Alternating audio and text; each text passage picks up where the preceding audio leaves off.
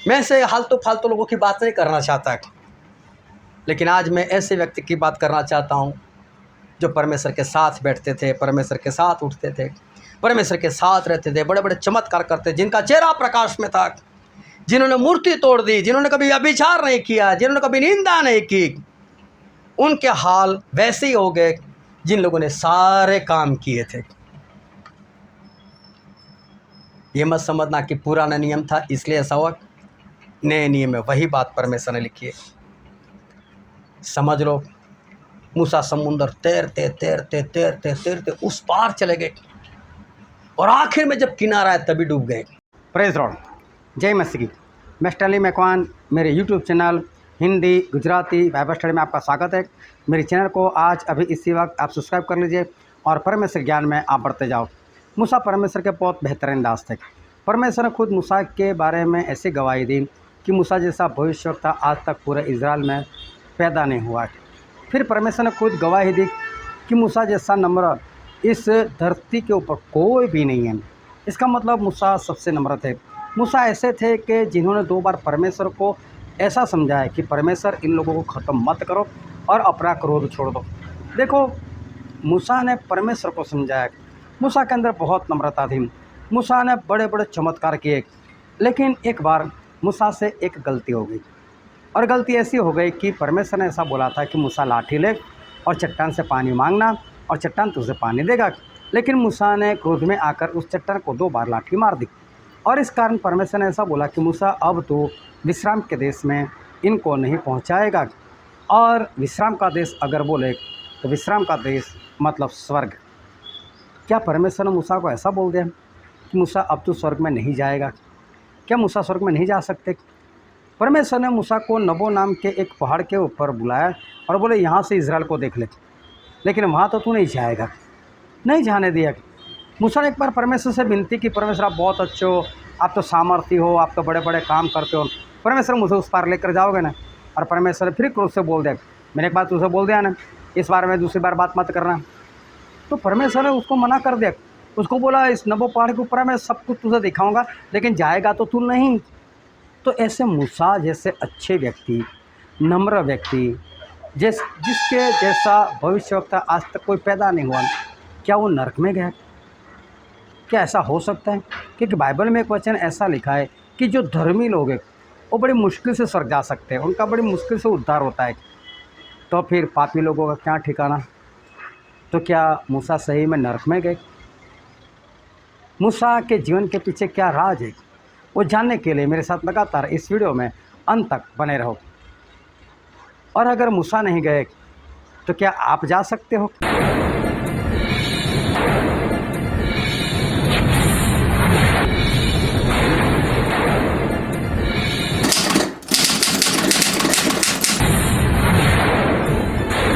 आओ परमेश्वर के वचन की ओर चले और बाइबल से मत्ती रचित सुसमाचार उसका 22वां अध्याय, और हम पढ़ेंगे पहले वचन से लेकर उसके 14 वचन तक। इस पर यीशु फिर उनसे दृष्टांतों में कहने लगा, स्वर्ग का राज्य उस राजा के समान है जिसने अपने पुत्र का ब्याह किया और उसने अपने दासों को भेजा कि न्योताहारियों को ब्याह के भोज में बुलाए, परंतु उन्होंने आना न चाहा। फिर उसने और दासों को यह कहकर भेजा कि न्योताहारियों से कहो, देखो मैं भोज तैयार कर चुका हूँ और मेरे बैल और पले हुए पशु मारे गए हैं और सब कुछ तैयार है, ब्याह के भोज में आओ। परंतु वे बेपरवाही करके चल दिए, कोई अपने खेत को, कोई अपने व्यापार को। औरों ने जो बच रहे थे उनके दासों को पकड़कर उनका अनादर किया और मार डाला।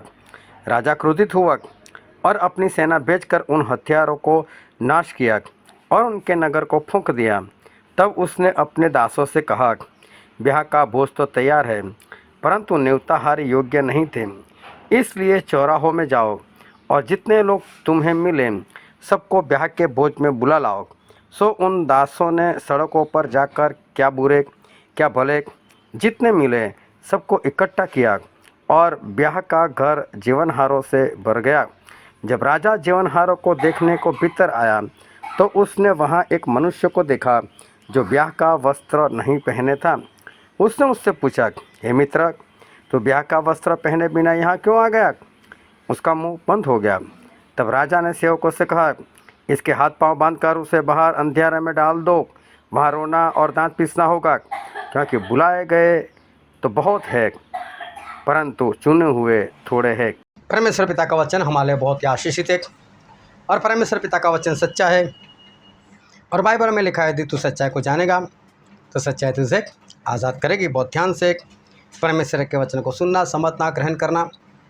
और आज का वचन हम सभी के लिए है और परमेश्वर बहुत अद्भुत रीति से आपके साथ कुछ बात करना चाहते हैं और इसलिए एक भी शब्द इधर उधर मिस ना हो जाए, इस बात का ख्याल रखना। पिछले दिनों में मैंने एक बात ग्रुप में लिखी थी कि जब मीटिंग में बैठना है तो किस तरह से बैठना है, उस बात को याद रखना। और कोई किसी को इशारा ना करे, कोई किसी के सामने देखे ना, बच्चों का ध्यान रखो, उठकर इधर उधर ना जाए, उनकी जिद को पूरा मत करना, जैसे बैठा है बस वैसे ही उनको बैठने दो। इस बात का ध्यान रखना, क्योंकि शत्रु शैतान कभी भी नहीं चाहता कि आप वचन अच्छे से सुनो और सुनकर आप स्वर्ग में जाओ, और इसलिए अपने प्रति सावधानी बरतना।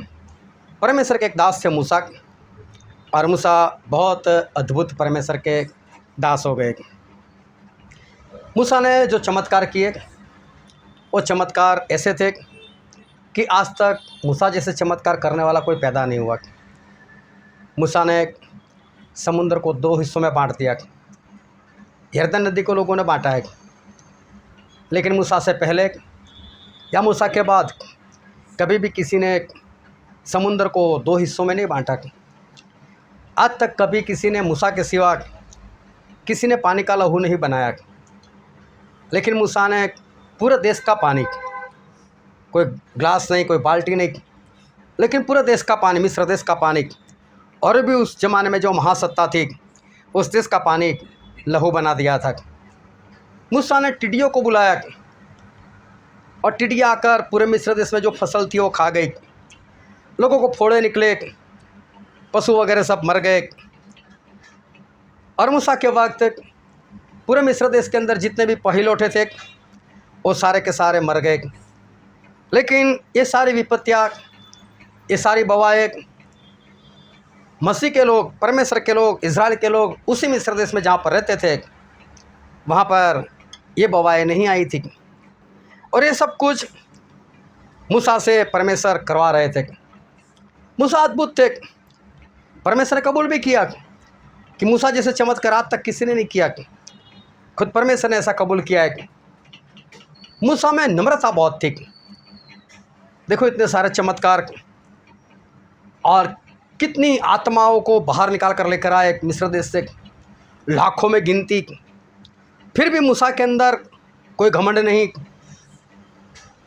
छाती निकाल कर चलना, गर्दन उठाकर चलना, ऐसा उनके अंदर नहीं था। लेकिन मूसा के अंदर नम्रता जोरदार थी, बहुत नम्र थे वो। परमेश्वर ने उसकी नम्रता की भी गवाही दी है कि मूसा बहुत नम्र थे, मूसा बहुत जोरदार थे। क्योंकि एक बार इज़राइल लोगों ने एक बछड़ा बना लिया, बछड़ा बनाकर उसको बलि दी और बोले तो यहोवा है। फिर वहीं पर उस बछड़े के सामने मत जिसे वो यहोवा समझ रहे थे, उसी के सामने उन लोगों ने व्यभिचार किया, सरेआम मूर्ति पूजा की। और मूसा ने जब ये देखा तो मूसा ने आकर अपने लोगों को कुछ दंड दिया, तकरीबन 3000 लोगों को मार दिया। बोले ऐसा गुनाह करते हो, ऐसा पाप करते हो, मैं परमेश्वर के साथ बैठा था और तुम यहाँ पर ऐसे काम करने के लिए बैठ गए। लेकिन 3000 को मारने के बाद मूसा को समझ आती है, याद आती है कि ये सभी लोग तो परमेश्वर के लोग हैं, इनको तो मुझे विश्राम के देश में पहुँचाना है। एक गलती बहुत बड़ी की, क्योंकि परमेश्वर ने भेजा था मूसा को, देख तेरे लोग क्या कर रहे। बोले मैं जा रहा हूँ परमेश्वर के पास और तुम्हारे लिए मैं क्षमा चाहूँगा, मैं वहाँ पर प्रायश्चित करूँगा कि परमेश्वर तुझे तुम लोगों को क्षमा करे तो अच्छी बात है। कोई भरोसा नहीं था कि परमेश्वर क्षमा करेंगे या नहीं करेंगे, क्योंकि मूसा परमेश्वर को मिलकर आए थे, उनको पता चल गया था परमेश्वर कैसे है। लेकिन फिर भी मूसा गए परमेश्वर के पास और परमेश्वर मूसा का इंतजार कर, इधर आ। बोले देख तेरे लोगों ने कैसा गुनाह किया है, इजराइल के लोगों ने कैसा पाप किया है, और इसलिए मूसा सुन ले, ये इजराइल पुत्र खत्म, अभी मूसा पुत्र आएंगे, मैं तेरे से एक बड़ी कौम बनाऊंगा लेकिन इनको सभी को ख़त्म कर दूंगा। अरे मूसा बोले परमेश्वर शांत शांत शांत, परमेश्वर शांत हो जाओ। परमेश्वर को समझाने के लिए बैठ गए। मूसा कितने ज़ोरदार है, परमेश्वर को समझाओ परमेश्वर आप इतना बड़ा इतना क्रोध करते हो, और अपने लोगों को बड़े सामर्थ्य से मिस्र देश से बचा कर लेकर आए और इनको ख़त्म कर दोगे। परमेश्वर नहीं नहीं नहीं, परमेश्वर ऐसा नहीं होना चाहिए, आप ऐसा मत करो, हम इंसान हैं, हम लोग गुस्सा करें ठीक बात है, लेकिन आप परमेश्वर हो, आप मत करो ऐसा, ऐसा नहीं करना है, मेरे से कोई कौम पैदा नहीं करनी है, इजराइल लोगों को तो उस पार लेकर जाना है। और परमेश्वर का क्रोध मूसा ने शांत कर दिया, विश्राम के देश तक पहुंच गए और 12 लोगों को भेजा परमेश्वर के कहने के अनुसार, जाओ जाकर जासूसी कर आओ। वो लोग जासूसी कर आए, उस देश का भेद लेकर आए, और भेद लेकर आने के बाद उसमें से 10 लोग थे, रोने लगे, चिल्लाने लगे, लोगों को भी भड़काया, बोले वो देश तो कैसा है, वो तो अपने लोगों को खा जाएगा, वहाँ तो राक्षस लोग रहते, हम तो उनके सामने टिड्डियों के समान थे, वो हमको कभी भी कुचल सकते, हमको कभी भी मार सकते, और ये परमेश्वर वो तो हमको मरने के लिए लेकर आए यहाँ पर, हमको मार देगा हमारा परमेश्वर यहाँ पर। ए मूसा को हटाओ, किसी और को चुनो जो हमको वापस फिरौन के पास लेकर जाए और फिरौन से विनती करे कि इजराइल लोगों को गुलाम बनाओ प्लीज़। देखो गुलाम बनाने के लिए बोले कोई अगुआ निकालो, किसी को चुनो। और इस बार परमेश्वर बहुत क्रोधायमान हो गए, ए मूसा बीच में सट जा भी, अब बीच में मत आना, अब तो तेरे से ही मैं कौम पैदा करूँगा, लेकिन इजराइल लोगों को तो मैं ख़त्म ही कर दूँगा, अब बीच में मत आना, आज ही मैं सभी को ख़त्म कर दूँगा। और मूसा फिर परमेश्वर शांत शांत, एक दिन में इतने लोगों को मार दोगे क्या?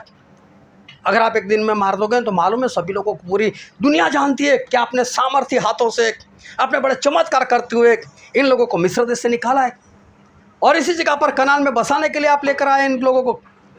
और लोग क्या बात करेंगे मालूम है, इनका परमेश्वर कमज़ोर निकला, इनको कनान देश नहीं दे पाया, इसे सभी को रास्ते में ख़त्म कर दिया। हे परमेश्वर ऐसा नहीं करना है।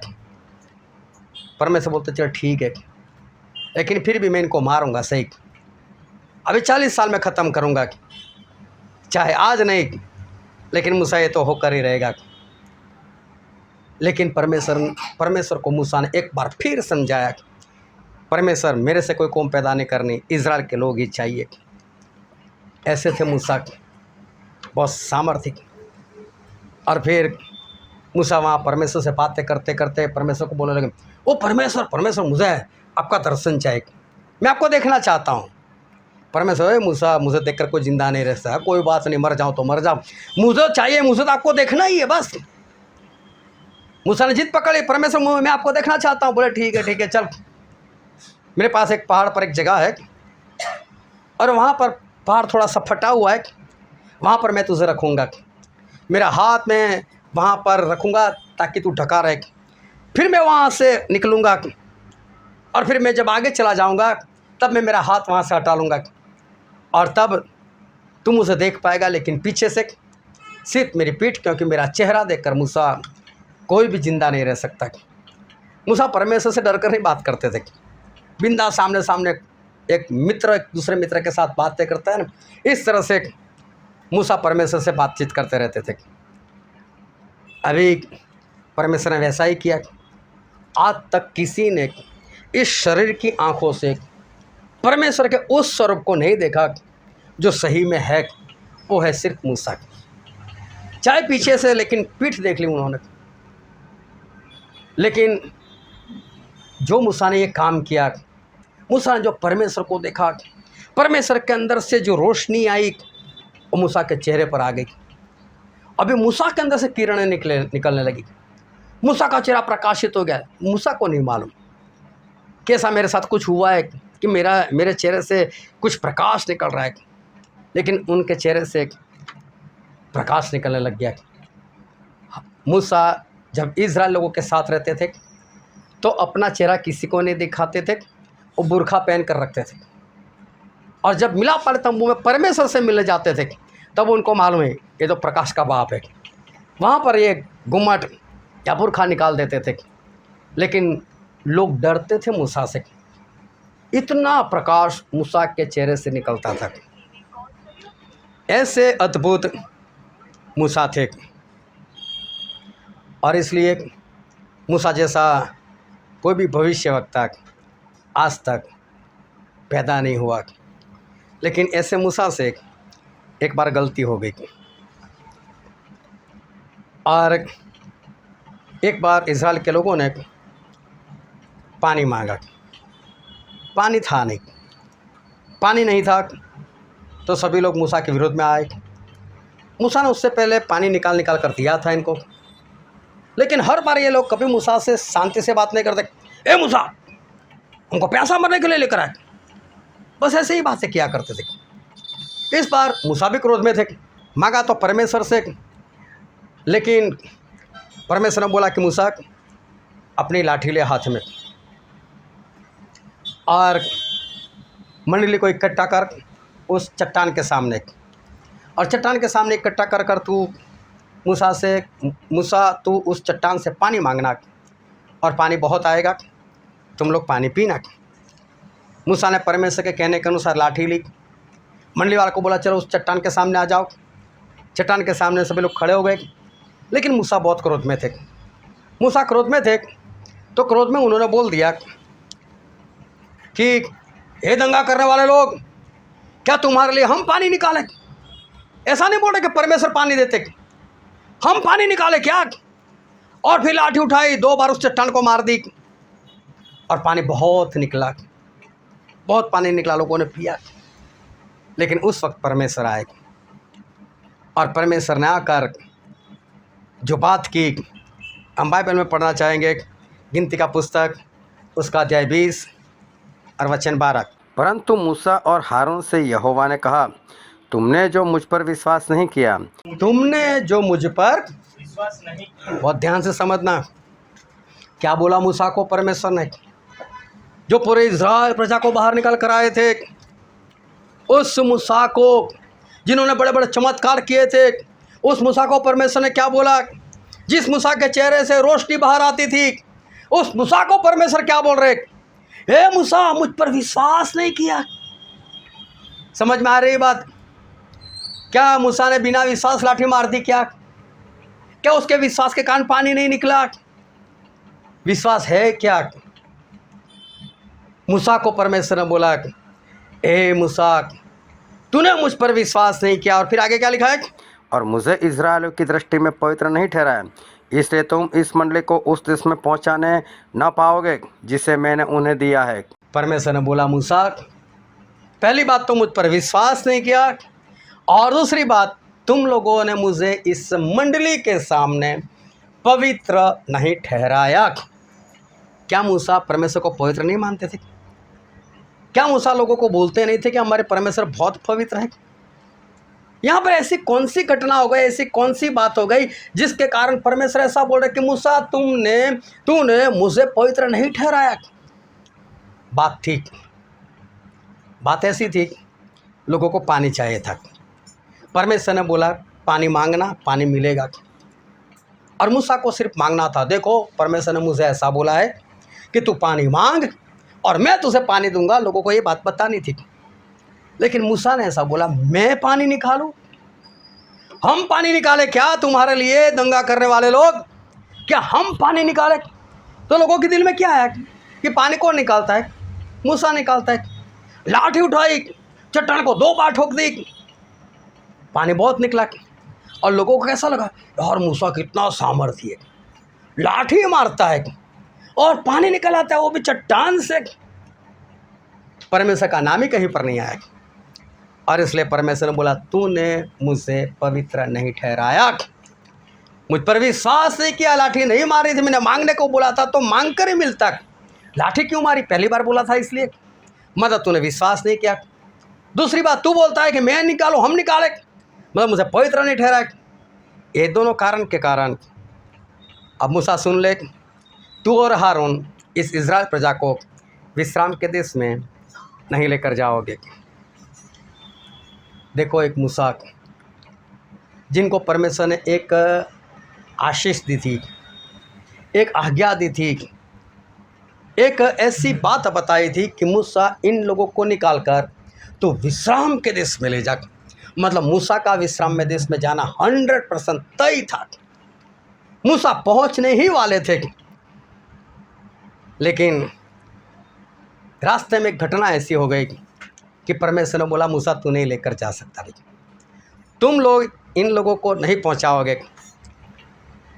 अब सोचो मूसा के दिल की हालत क्या हो गई होगी। जिनको लेकर जा रहा है, जिस जगह पर लेकर जा रहा है, वहाँ पर मूसा को ही नहीं पहुँचना है। फिर भी मूसा बने रहे, चलते रहे, परमेश्वर के आज्ञाकारी करते रहे। करते करते वो लोग वहीं पर पहुँच ही गए, जो विश्राम का देश था बस उसके पास पहुँच गए। अभी वहाँ पर पहुँचकर मूसा ने एक बार फिर परमेश्वर से बात की। ओ परमेश्वर, आप तो कितने सामर्थी परमेश्वर हो, मस्काबाजी। ओ परमेश्वर, आप कितने भले हो। ओ परमेश्वर, आप कितने दयालु हो। ओ परमेश्वर, आपके जैसा तो कोई है ही नहीं। परमेश्वर, मुझे उस पार लेकर जाओगे ना। और परमेश्वर चुप, जोरों से डांट दे, चुप, फिर से इस बार में बात मत करना। ना बोला है मतलब नहीं। और बाइबल से हम वचन पढ़ते हैं, व्यवस्था विवरण उसका 3रा अध्याय और 23 से लेकर 26 पढ़ो तो। उसी समय मैंने यहोवा से गिड़गिड़ा कर विनती की। देखो मूसा ऐसा बोलते, मैंने गिड़गिड़ा कर विनती की। फिर कि हे प्रभु यहोवा, तू अपने दास को अपनी महिमा और बलवंत हाथ दिखाने लगा है। स्वर्ग में और पृथ्वी पर ऐसा कौन देवता है जो तेरे जैसे काम और पराक्रम के कर्म कर सके। इसलिए मुझे पार जाने दे कि यरदन पार के उस उत्तम देश को, अर्थात उस उत्तम पहाड़ और लबानन को भी देखने पाऊँ। परंतु यहोवा तुम्हारे कारण मुझसे रुष्ट हो गया और मेरी न सुनी। किंतु यहोवा ने मुझसे कहा, बस कर, इस विषय में फिर कभी मुझसे बात ना करना। Hallelujah, hallelujah. दोनों हाथों को उठाकर बोलो हालेलुया। समझो बात को, मैं कोई फालतू फालतू की बात नहीं कर रहा। मैं एक ऐसे परमेश्वर के दास की बात कर रहा हूँ जिसके बारे में परमेश्वर ने खुद बोला उसके जैसा आज तक कोई भविष्यवक्ता पैदा नहीं हुआ। मैं ऐसे मूसा की बात कर रहा हूँ जिन्होंने बड़े बड़े चमत्कार किए। उस मूसा को परमेश्वर ने बोल दिया तो इनको विश्राम के देश में नहीं लेकर जाएगा। वही मूसा कुछ साल के बाद जब वहाँ पहुँच ही चुके, बस यरदन को क्रॉस कर कर पहुँचना है, बहुत पास में है। और मूसा एक बार फिर गिड़गिड़ा कर विनती करते। इसका मतलब मूसा रोए होंगे परमेश्वर के सामने, आंसू बहाया होगा, ओ परमेश्वर प्लीज़, आप बहुत सामर्थी हो, रोए वहाँ पर। लेकिन परमेश्वर ने क्या बोला, बस कर मूसा, चुप, और इस बारे में कभी मेरे से बात मत करना। आज आखिर तक ध्यान से सुनना। आज परमेश्वर आपको कुछ कहने के लिए जा रहे हैं, आज थोड़ा सा भी मिस मत करना। और परमेश्वर ने मना कर दिया कि इस बारे में मेरे से कभी बात मत करना। मूसा ने देख लिया कुछ नहीं हो सकता, फिर भी जितनी आज्ञा आज तक मूसा को मिली थी सभी को इकट्ठा किया, सभी को एक बार फिर से समझा दिया कि देखो भाई, मैं तो नहीं जा सकता अभी, लेकिन आप लोगों का चांस है, आप उस पर जा सकते हो, अब गलती मत करना। और उन सभी को एक बार फिर से मूसा उनको इतना ही प्रेम करते और उन सभी को सारी आज्ञा बता देते। ये व्यवस्था विवरण उसमें जितनी भी आज्ञा लिखी है वो पहले आ चुकी है, एक बार फिर सभी को याद दिलाई ऐसा ऐसा करना है, ऐसे ऐसे जीवन जीना है, और पूरा व्यवस्था विवरण इसी से भरा हुआ है। उसके बाद परमेश्वर ने मूसा को बोला, मूसा पहाड़ की चोटी पर आ जा, मैं कुछ दिखाना चाहता हूँ तुझे। और मूसा उस पहाड़ की चोटी पर चले गए। उस चोटी का नाम था पिसगा। मैं उस जगह पर जाकर आया। वहाँ से ये यरूशलेम, यरीहो और इज़राइल जो देश है वो दिखता है, ऐसी जगह है, बहुत बढ़िया जगह है। और वहाँ पर परमेश्वर ने मूसा को बुलाया और मूसा को बुलाकर मूसा को पूरा देश दिखाया। देख मूसा, ये यरूशलेम है, देखिए यरीहो है, ये जो खजूर है ये उसका शहर है, यहाँ पर खजूर बहुत मिलते हैं, बहुत बढ़िया है। और ये यरूशलेम है, ये मेरा घर है मूसा। सब कुछ बताया, लेकिन एक बात और भी बताई कि तू नहीं जाएगा। एक बार फिर उसको बोला। और हम बाइबल में पढ़ते हैं व्यवस्था विवरण उसका 34वां अध्याय और 1 से 5 पढ़ो तो। फिर मूसा मोआब के अराबा से नबो पहाड़ पर, जो पिसगाह की एक चोटी जो यरीहो के सामने है, चढ़ गया। और यहोवा ने उसको दान तक का गिलियाद नाम सारा देश, और नप्ताली का सारा देश, और एफ्राइम और मनाशा का देश, और पश्चिम के समुंदर तक का यहूदा का सारा देश, और दक्षिण देश, और सोआर तक की यरीहो नाम खजूर वाले नगर की तराई, यह सब दिखाया। तब यहोवा ने उससे कहा, जिस देश के विषय में मैंने इब्राहिम, इसहाक और याकूब से शपथ खाकर कहा था कि मैं इसे तेरे वंश को दूंगा, वह यही है। मैंने इसको तुझे साक्षात दिखा दिया है, परंतु तू पार होकर वहाँ जाने न पाएगा। तब यहोवा के कहने के अनुसार उसका दास मूसा वही मोआब देश में मर गया। क्या लिखा है? सब कुछ दिखाकर परमेश्वर ने क्या बोला? इसकी मैंने शपथ खाई थी अब्राहम के सामने, अब्राहम तुझे तेरे अंश को मैं दूंगा। तो अब्राहम के अंश तो मूसा भी है, लेकिन एक बार फिर परमेश्वर उसको स्पष्ट मुँह पर बोलते हैं, लेकिन मूसा मैंने दिखा दिया, लेकिन तू वहाँ नहीं जा पाएगा।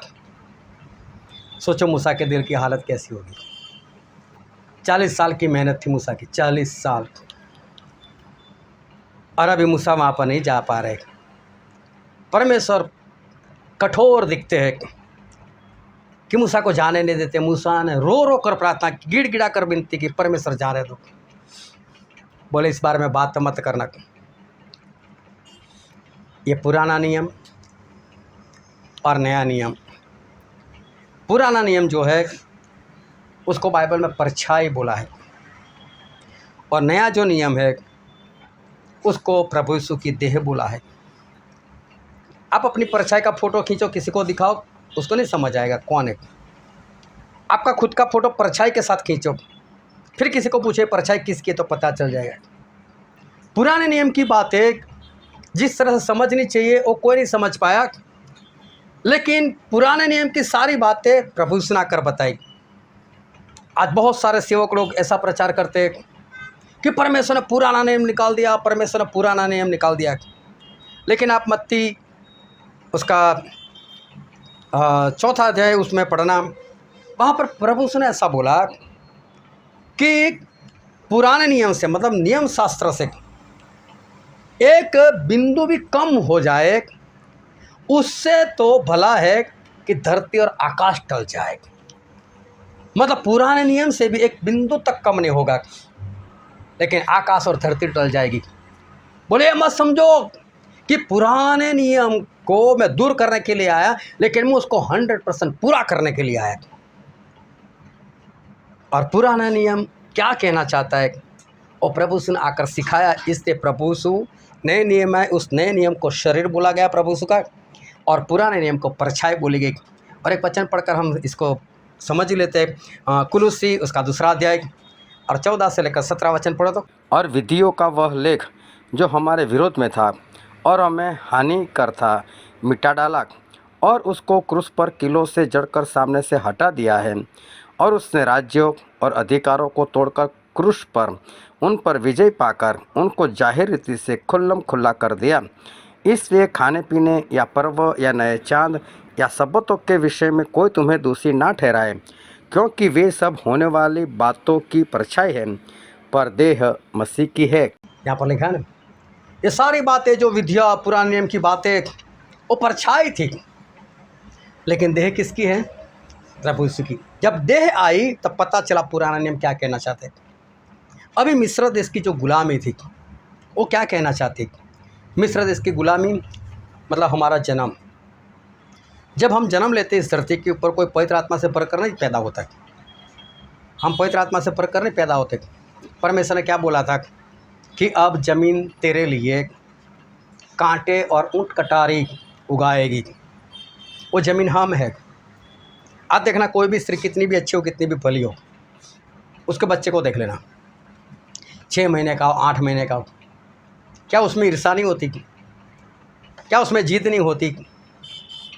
ये है कांटे जो ज़मीन उगाती है। जितने भी बच्चे पैदा होते कोई पवित्र आत्मा से भरकर नहीं, शैतान की आत्मा से पैदा होते। शैतान की आत्मा से कहने का मतलब कोई शैतान की आत्मा उसको नहीं पैदा करती, लेकिन उसके अंदर कोई पवित्र आत्मा नहीं होता। उसके अंदर शैतान की बातें बचपन से होती है, पैदा होने से होती। इसलिए दाऊद बोलते हैं कि मेरी माँ ने मेरा गर्भ धारण किया था पाप में, मैं तो पाप में जन्म लिया। मैं आज जो भी पैदा होते सब पाप में। तो पाप किससे होता है? शैतान से होता है। तो इस तरह से जब हम पैदा होते तो समझो हम मिस्र की गुलामी में होते। जैसे जैसे बड़े होते, फिर कभी 20 साल में, कभी 30 साल में, कभी 40 साल में, कभी कोई मूसा हमारे लिए आता है, हमें वचन सिखाता है और हमें पता चलता है अरे हम गुलाम हैं, निकलो यहाँ से। और फिर हम वहाँ से निकल जाते, हम शैतान से आज़ाद हो जाते। कुछ ऐसी चीज़ खाते पीते तो उसको छोड़ देते, गाली गलौज क्रोध वगैरह छोड़ देते, एक नया जीवन हम प्राप्त करते और अब स्वर्ग के रास्ते पर मतलब विश्राम के देश की ओर चलने लग जाते। और विश्राम का देश मतलब स्वर्ग। हालेलुया। मूसा लोगों को इस मिस्र से, शैतान की गुलामी से लोगों को निकाल कर, खुद भी निकल कर कहाँ जा रहे थे वो लोग? विश्राम के देश में, मतलब कि स्वर्ग की ओर ये लोग जा रहे थे। इनको जाना था स्वर्ग में और परमेश्वर ने मूसा के जरिए इनको छुड़ाना था। अब वचन का देश मतलब स्वर्ग में इनको जाना था। लेकिन वहाँ जाने के लिए जो लोग निकले थे, बहुत ध्यान रखना, वहाँ जाने के लिए मतलब स्वर्ग में जाने के लिए जो लोग निकले थे, परमेश्वर ने खुद बोला था मैं इनको स्वर्ग में मतलब कि विश्राम के देश में वचन के देश पहुँचाऊँगा। वहाँ जाने के लिए जो लोग निकले थे, जिनकी गिनती हुई थी वो 6,03,548 लोग रास्ते में ख़त्म हो गए। वो ख़त्म हो गए, उसका कारण था निंदा करने वाले लोग थे, मूर्ति पूजा करने वाले लोग थे, झगड़ालू थे, परमेश्वर के दास का विरोध करने वाले लोग थे, व्यभिचार करने वाले लोग थे, पैसों की लालसा थी, खाने की लालसा थी, ये सब था उनमें। इसलिए सारे लोग रास्ते में मर गए, स्वर्ग में नहीं पहुंच पाए। ये 6 लाख जितने भी थे उनमें से मैं किसी की बात नहीं करना चाहता हूँ। ये सारे मर गए, मरने जैसे ही थे, उनके काम ही ऐसे थे, मर गए, नहीं पहुँचे विश्राम के देश में। लेकिन मैं आज बात करना चाहता हूँ आपके सामने मूसा की। हालेलुया। समझ रहे हो कि नहीं? मैं आज आपके सामने बात करना चाहता हूँ कोई हालतू फालतू इंसान की नहीं, लेकिन मैं आज बात करना चाहता हूँ मूसा की। कौन मूसा? मूसा वो है जिसके जैसा आज तक कोई भी भविष्यवक्ता पैदा नहीं हुआ। कौन मूसा? उसके जैसे चमत्कार आज तक किसी ने नहीं किया। और बाइबल में पढ़ते हैं व्यवस्था विवरण उसका 34वां अध्याय और 10, 11 और 12 वचन। और मूसा के तुल्य इज़राइल में ऐसा कोई नबी नहीं उठा जिससे यहोवा ने आमने सामने बातें की हो। और उसको यहोवा ने फ़िरौन और उसके सब कर्मचारियों के सामने और उसके सारे देश में सब चिन्ह और चमत्कार करने को भेजा था। और उसने सारे इज़राइलियों की दृष्टि में बलवंत हाथ और बड़े भय के काम कर दिखाए। लिखना तो लिख कर रखना। मूसा एक ऐसे इंसान थे कि उन्होंने जैसे चमत्कार किए वैसे चमत्कार आज तक कोई नहीं कर पाया था। ऐसे थे मूसा। दूसरी बात मूसा में यह थी कि मूसा परमेश्वर के सामने एक मित्र के समान आमने सामने बैठकर बातें करते थे। जैसे मैं बोलता हूँ और आप सुनते हो, वैसे ही मूसा और परमेश्वर आमने सामने बातें करते थे। मूसा को दर्शन नहीं होते थे, विज़न नहीं होते थे। कुछ काला काला दिखाई दिया, कुछ बादल दिखाई दिया, कोई घोड़ा दिखाई दिया, कोई तराजू दिखाई दिया, कोई धनुष दिखाई दिया, फिर उसका मतलब कुछ और निकलता था। ऐसा नहीं, मूसा के साथ कोई भेद वाली बात नहीं। परमेश्वर डायरेक्ट बोलते थे उसके साथ, बीच में कोई भेद नहीं। ऐसे थे मूसा की। मैं कोई हालतू फालतू की बात नहीं कर रहा है, ऐसे मूसा की बात कर रहा हूँ। और बाइबल में ऐसा लिखा है, गिनती का पुस्तक उसका 12वां अध्याय वचन 3, मूसा तो पृथ्वी पर के रहने वाले मनुष्य से बहुत अधिक नम्र था। पृथ्वी पर जितने भी लोग रहते थे उसमें सबसे नम्र कौन था? मूसा। ऐसा मूसा जिसके जैसा भविष्यवक्ता कोई पैदा नहीं हुआ। ऐसा मूसा जिसके समान किसी ने आज तक परमेश्वर से बात नहीं की। ऐसा मूसा कि जो सभी से नम्र थे।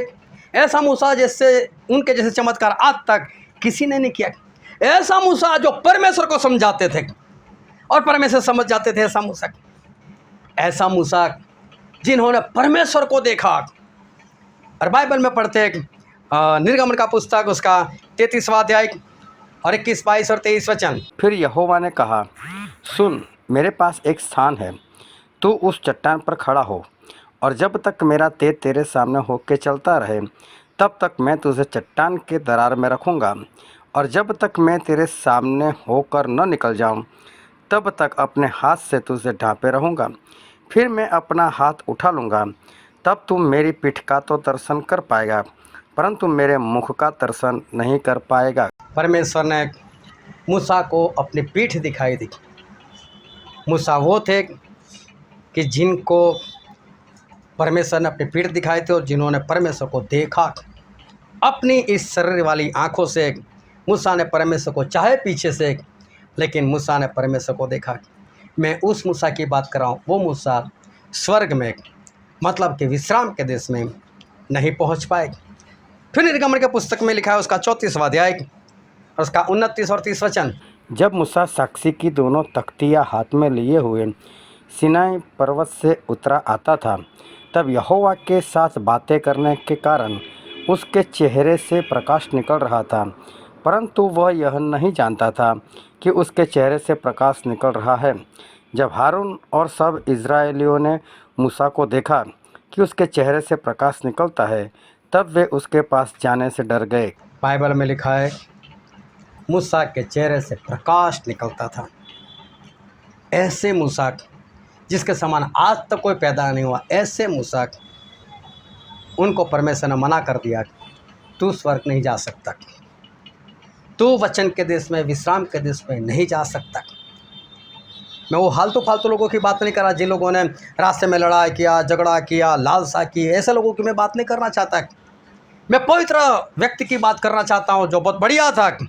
उसको परमेश्वर ने मना कर दिया, हे मूसा तू नहीं जाएगा।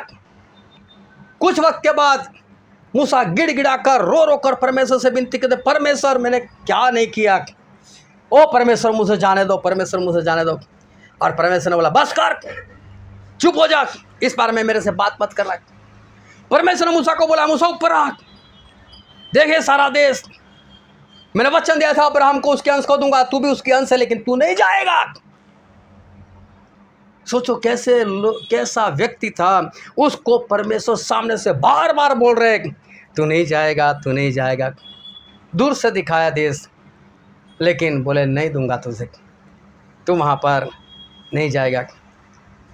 क्या ऐसा हो सकता है कि मूसा जैसा व्यक्ति, मूसा जैसा इंसान क्या विश्राम के देश में ना पहुँच पाए? क्या ऐसा हो सकता है? लेकिन ऐसा हुआ। अब मूसा की हालत देखना, मूसा के हालात क्या हो गए। मैं फिर से बोल रहा हूँ आपको, वचन पर पूरा ध्यान लगाना, आज एक भी शब्द मिस मत करना। वो लोग तो व्यभिचारी थे जो लोग विश्राम के देश में नहीं पहुँच पाए। मूसा ने कभी व्यभिचार नहीं किया, लेकिन फिर भी मूसा नहीं जा पाए। समझो दोनों के बीच में कितना अंतर है। वो लोग कुड़कुड़ किया करते थे, प्यासा मरने के लिए लेकर आए, भूखा मरने के लिए लेकर आए। क्या मूसा इंसान नहीं थे? क्या उनको प्यास नहीं लगती थी? क्या उनको भूख नहीं लगती थी? क्या वो कभी कुड़कुड़ाए? लेकिन फिर भी मूसा भी नहीं पहुंचे। वो लोग नहीं गए, लेकिन मूसा भी नहीं गए। ये सारे लोग घमंडी मूसा के विरोध में आ गए। तो अकेला पवित्र है, क्या तेरे अकेले के साथ परमेश्वर बातें करते? क्या परमेश्वर हमसे बातचीत नहीं करते? क्यों हमारा को बनाए? तो जाए नरक में, ना पहुंचे विश्राम के देश में, ठीक है। लेकिन मूसा पूरी धरती पर रहने वाले सभी लोगों में से नम्र, फिर भी मूसा नहीं पहुंच पाए। मूसा के हालात समझो। इन लोगों ने तो मूर्ति पूजा की, इसलिए नाश में चले गए। मूसा ने तो मूर्ति तोड़ दी, फिर भी नाश में गए। मूसा के हालात देखो, मूसा के हालात कैसे। इन लोगों ने खाने पीने की लालसा की, हमको मांस चाहिए। मूसा को खुद बुरा लगा कि परमेश्वर कैसी कैसी बातें कर रहे। मूसा ने कभी नहीं मांगा मूसा ने तो 80 दिन 80 रात लगातार उपवास किया। इन लोगों ने खाने की लालसा की, इसलिए विश्राम के देश में नहीं पहुंच पाए। लेकिन मूसा ने तो 80 दिन 80 रात उपवास कर कर भी इनके जैसे ही हालात हो गए, वो भी नहीं पहुंच पाए। कितनी भयानक बात। क्या कहता है बाइबल, क्या कहते हैं परमेश्वर। एक वचन पढ़ते हैं, नीति वचन का पुस्तक, उसका 11वां अध्याय और वचन 31। देख, धर्मी को पृथ्वी पर फल मिलेगा, तो दुष्ट और पापी का क्या ठिकाना। हालेलुया। बोले धर्मी को उसको भी भुगतना पड़ता है, तो जो पापी लोग हैं उसका क्या ठिकाना है। धर्मी लोग से भी परमेश्वर बदला लेते हैं, तो पापी लोगों का क्या ठिकाना है। मूसा के हालात कैसे हो गए। अब ये मत समझना कि वो तो पुराना नियम था, वो तो पुराने नियम के परमेश्वर थे, वो पुराने नियम के परमेश्वर तो कठोर होते थे, वो तो सभी के साथ ऐसा ही करते थे। मूसा के साथ भी ऐसा किया। वो पुराना नियम, हमारे साथ ऐसा नहीं होगा। हमारे परमेश्वर अच्छे, हमारे परमेश्वर भले, हमारे परमेश्वर तो हमारे लिए जान दिया, हमारे परमेश्वर कोमल है। ऐसा मत समझना। नए नियम में भी पढ़ लेते हैं, क्या लिखा है नए नियम में। पहला पत्रस इसका 4वां अध्याय और वचन 18। और यदि धर्मी व्यक्ति ही कठिनता से उद्धार पाएगा, तो भक्तिहीन और पापी का क्या ठिकाना। धर्मी व्यक्ति कठिनाई से वो उद्धार पाएगा, तो पापी लोगों का क्या ठिकाना। समझ में आ रही बात। मैं ऐसे फालतू फालतू लोगों की बात नहीं करना चाहता, लेकिन आज मैं ऐसे व्यक्ति की बात करना चाहता हूँ जो परमेश्वर के साथ बैठते थे, परमेश्वर के साथ उठते थे, परमेश्वर के साथ रहते थे, बड़े बड़े चमत्कार करते, जिनका चेहरा प्रकाश में था, जिन्होंने मूर्ति तोड़ दी, जिन्होंने कभी अभिचार नहीं किया, जिन्होंने कभी निंदा नहीं की। उनके हाल वैसे ही हो गए जिन लोगों ने सारे काम किए थे। ये मत समझना कि पुराना नियम था इसलिए ऐसा हुआ। नए नियम में वही बात परमेश्वर ने लिखी है। समझ लो, मूसा समुंदर तैरते तैरते तैरते तैरते उस पार चले गए, और आखिर में जब किनारा है तभी डूब गए। कैसी हालत हो गई। मूसा ने कितना कुछ किया, लेकिन देखो आखिर में ख़त्म हो गए। मूसा उस देश में, विश्राम के देश में नहीं जा पाए। मैं आपसे कहना चाहता हूँ, क्या आपके साथ ऐसा नहीं हो सकता जो मूसा के साथ हुआ? क्या आपके साथ ऐसा नहीं हो सकता? आप संगति में जाते रहो, आप बाइबल पढ़ते रहो, आप प्रार्थना करते रहो, आप प्रभु भोज लेते रहो, आप उपवास करते रहो, लेकिन आखिरी दिन में कुछ ऐसी गलती हो जाए, कोई ऐसी घटना आपके साथ हो जाए, और इसके कारण क्या आपके हालात मूसा के जैसे नहीं हो सकते? परमेश्वर ने मूसा को नहीं जाने दिया, विनती करने पर भी नहीं जाने दिया। मैं बोलता हूँ, क्या आपके साथ ऐसा नहीं हो सकता? इन आखिरी दिनों में हो सकता है आप आलसी हो जाओ और उसके कारण आप नाश हो जाओ। क्या ऐसा नहीं हो सकता? अगर मूसा के साथ ऐसा हो सकता है, परमेश्वर कहते हैं कि धर्मी इंसान बहुत कठिनाई से उतार पाता है, तो फिर क्या जो पापी लोग हैं उसका कहाँ ठिकाना? जब धर्मी लोगों के ऐसे हाल है तो क्या होगा आपके साथ? क्या आपके साथ ऐसी घटना नहीं हो सकती? राजा था, अपने बेटे की शादी रखी थी, सभी को न्योता दिया, इन्विटेशन कार्ड दे दिया, तारीख लिख कर दे दी, टाइम लिख कर दे दिया, ये तारीख ये टाइम खाना रखा है, आप आ जाना। राजा के बेटे की शादी है, राजा ने खाना बनाया है, ऐसा ऐसा खाना नहीं है,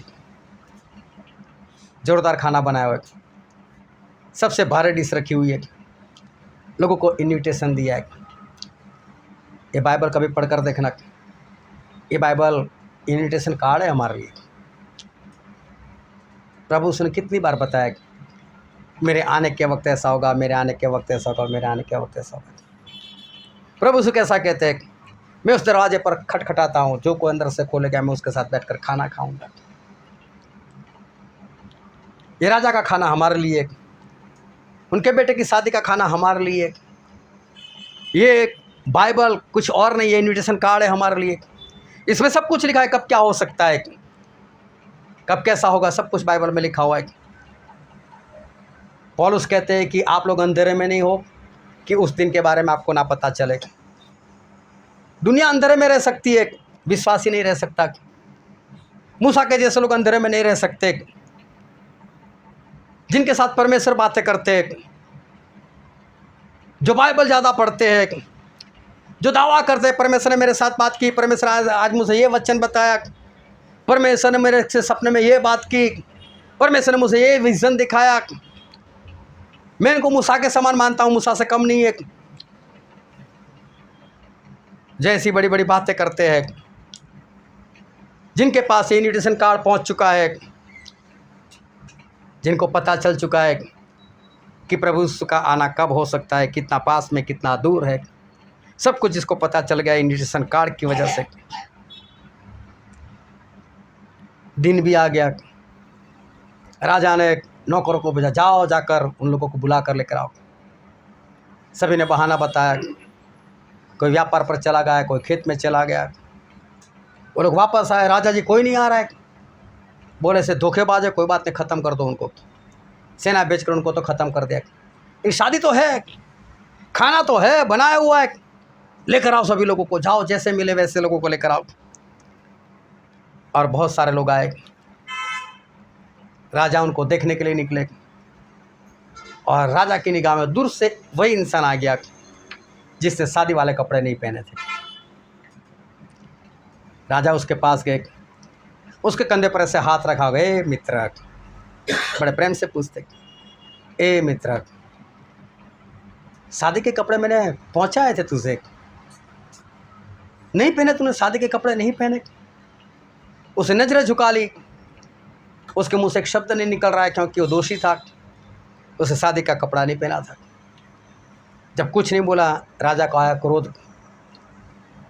राजा ने अपने नौकरों को आज्ञा दी, इधर आओ, इसके हाथ पैर बांधो, इसको बाहर के अंधेरे में डाल दो, वहाँ उसको रोना और दांतों का पीसना होगा। सोचो ये इंसान कहाँ तक पहुँच गया था, शादी तक।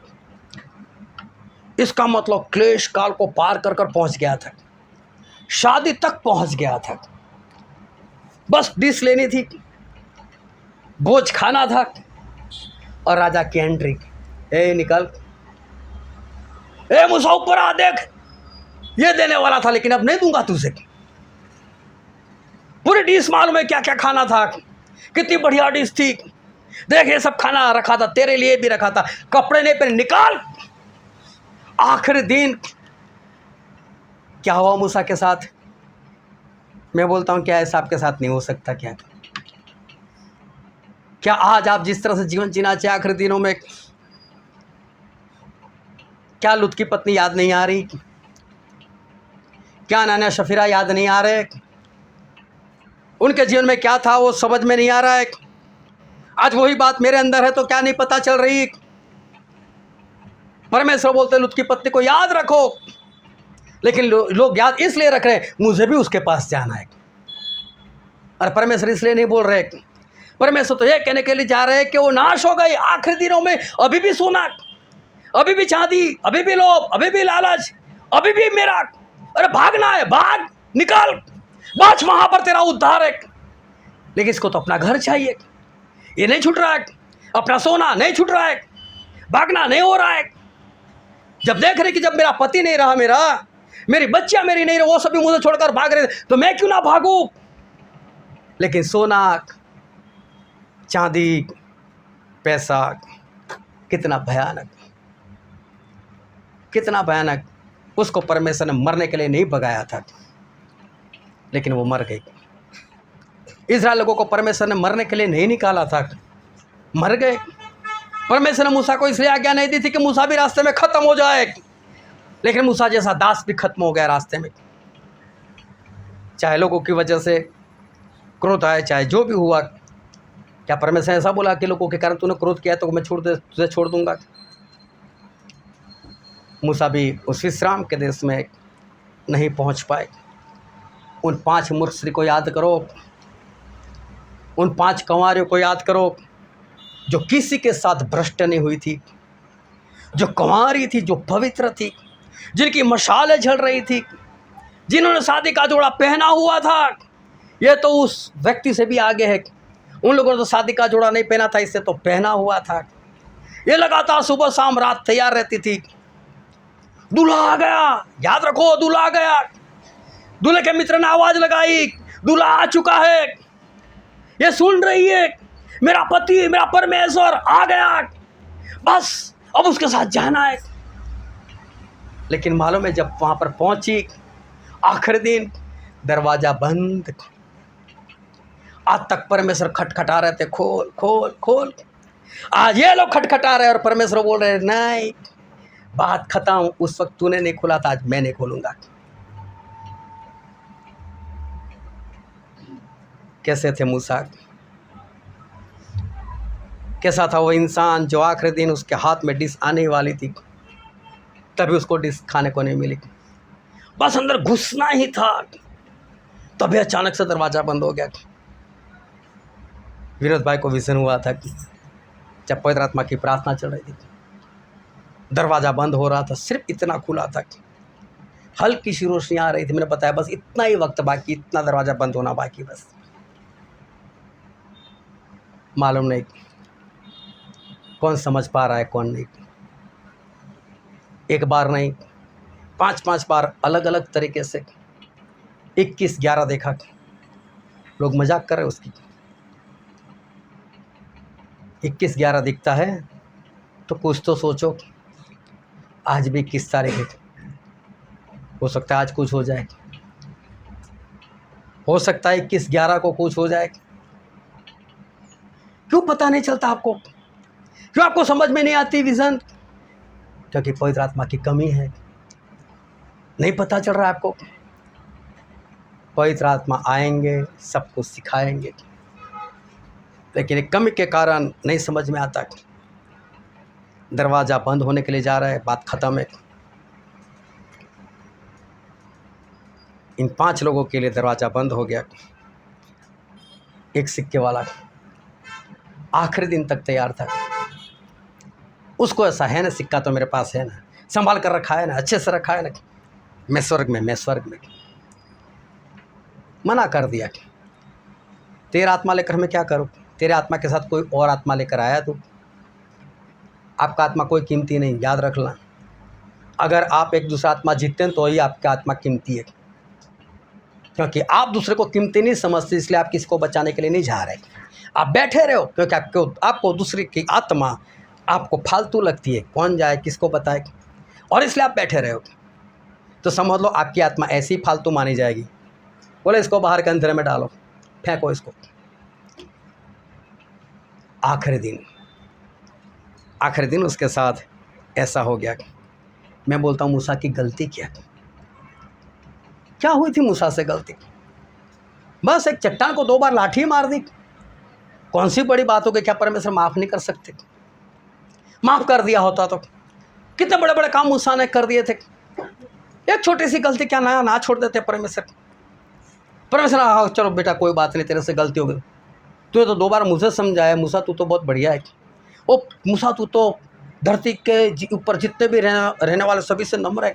चल मूसा मैं तुझसे ले, चल एक गलती क्या छोड़ अभी। जब इज़राइल प्रजा की गलतियाँ माफ़ की थी, मूसा की क्यों नहीं की?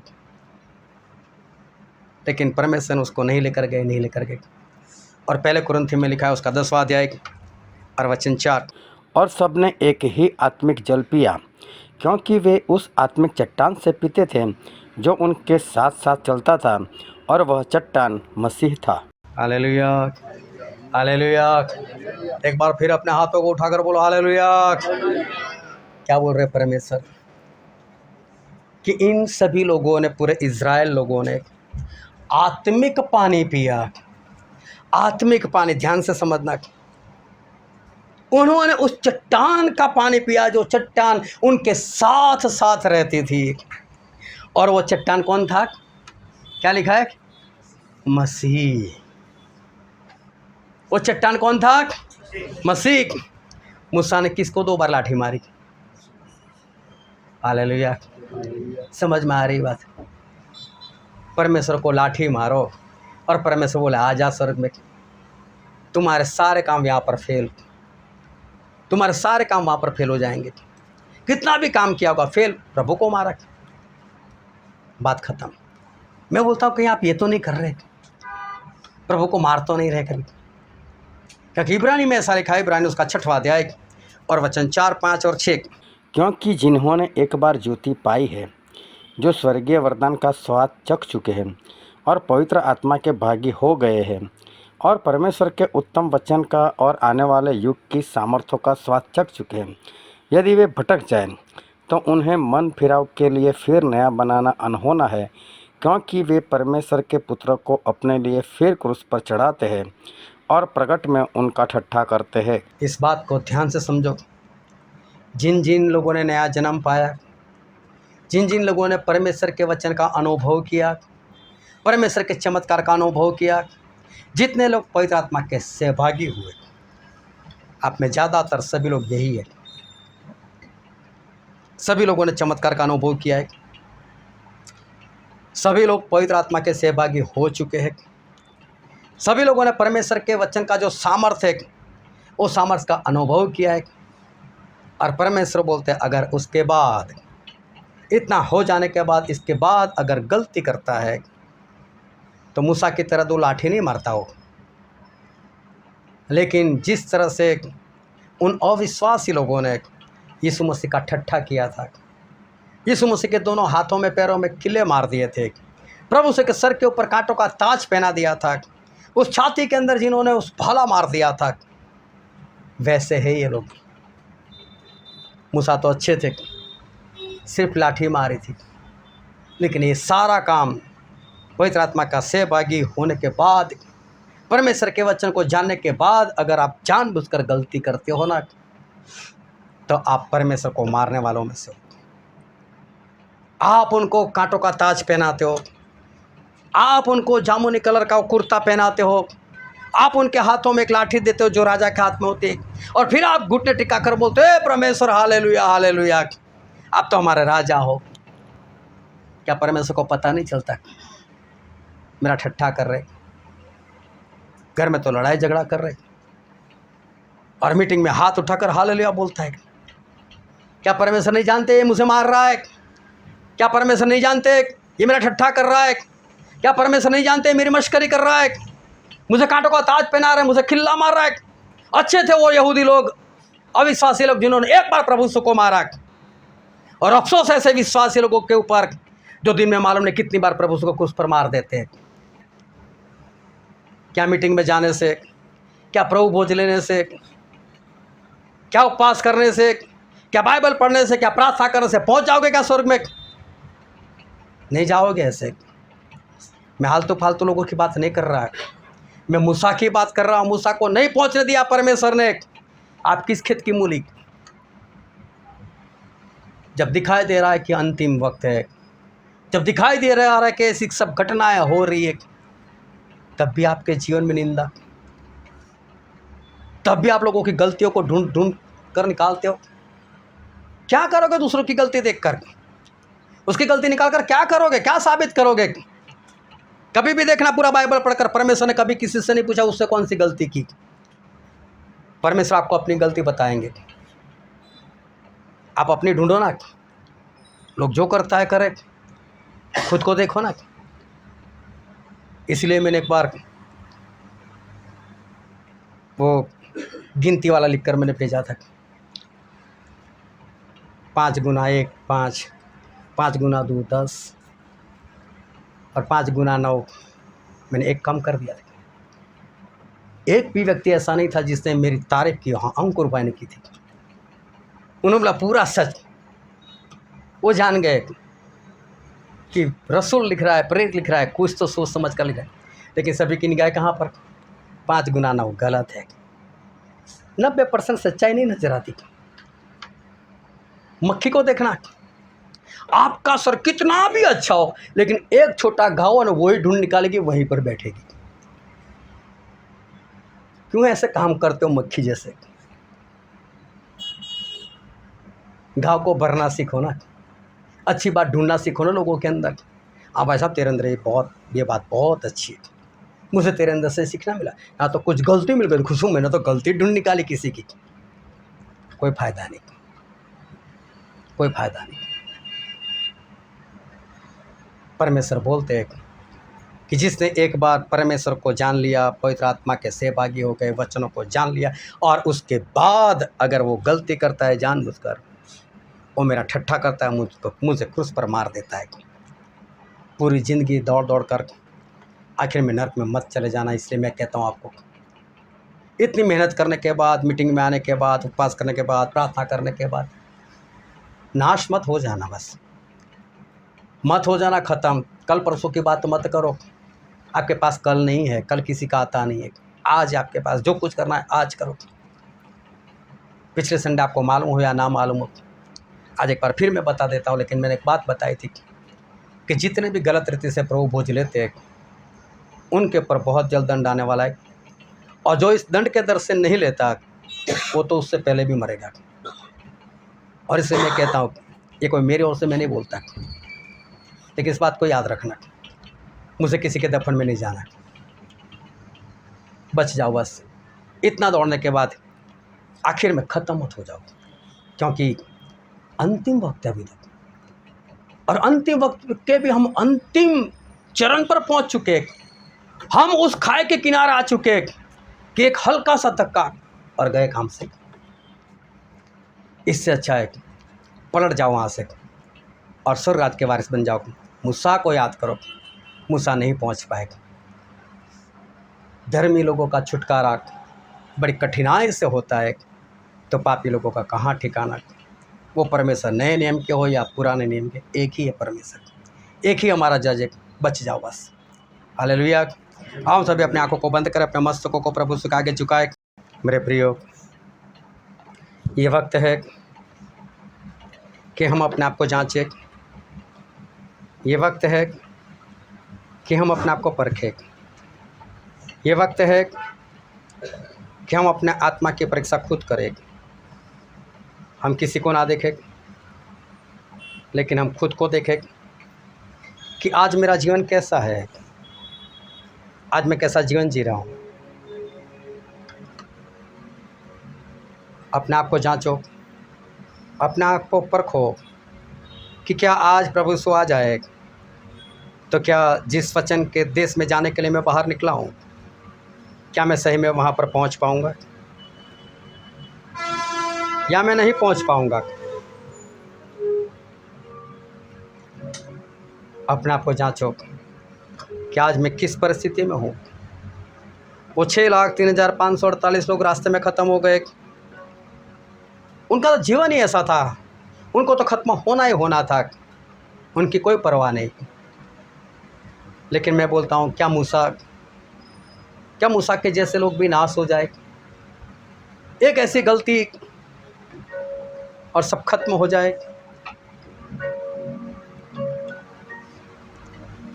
और इसलिए मैं कहता हूँ, हमारे पास वक्त नहीं है, बहुत जल्द सब कुछ खत्म हो जाएगा। हमारे पास जो इन्विटेशन कार्ड है वो हमें इजाज़त नहीं देता कि अब तेरे पास कोई वक्त है। बस अपने आप को बचा लो, इतना दौड़कर भागकर कहीं ऐसा ना हो जाए कि आप अंतिम वक्त में नाश हो जाओ। और इसलिए पूरे पश्चाताप के साथ मन फिराते हुए परमेश्वर के पास जाओ और परमेश्वर से कहो, परमेश्वर मुझे बचाओ। परमेश्वर, मेरे अपने सामर्थ्य से मैं नहीं बच पाऊंगा, लेकिन परमेश्वर मुझे पवित्र आत्मा का सामर्थ्य और भी दो। परमेश्वर मुझे बचा लो। परमेश्वर से वाचा बांधो कि परमेश्वर, मैं स्वर्ग में आना चाहता हूँ, मैं बचना चाहता हूँ, मैं आपके पास आना चाहता हूँ। परमेश्वर मुझे शैतान से आज़ाद करो, मैं बचना चाहता हूँ। परमेश्वर से करार करो, वाचा बांधो और अपने आप को बचाओ।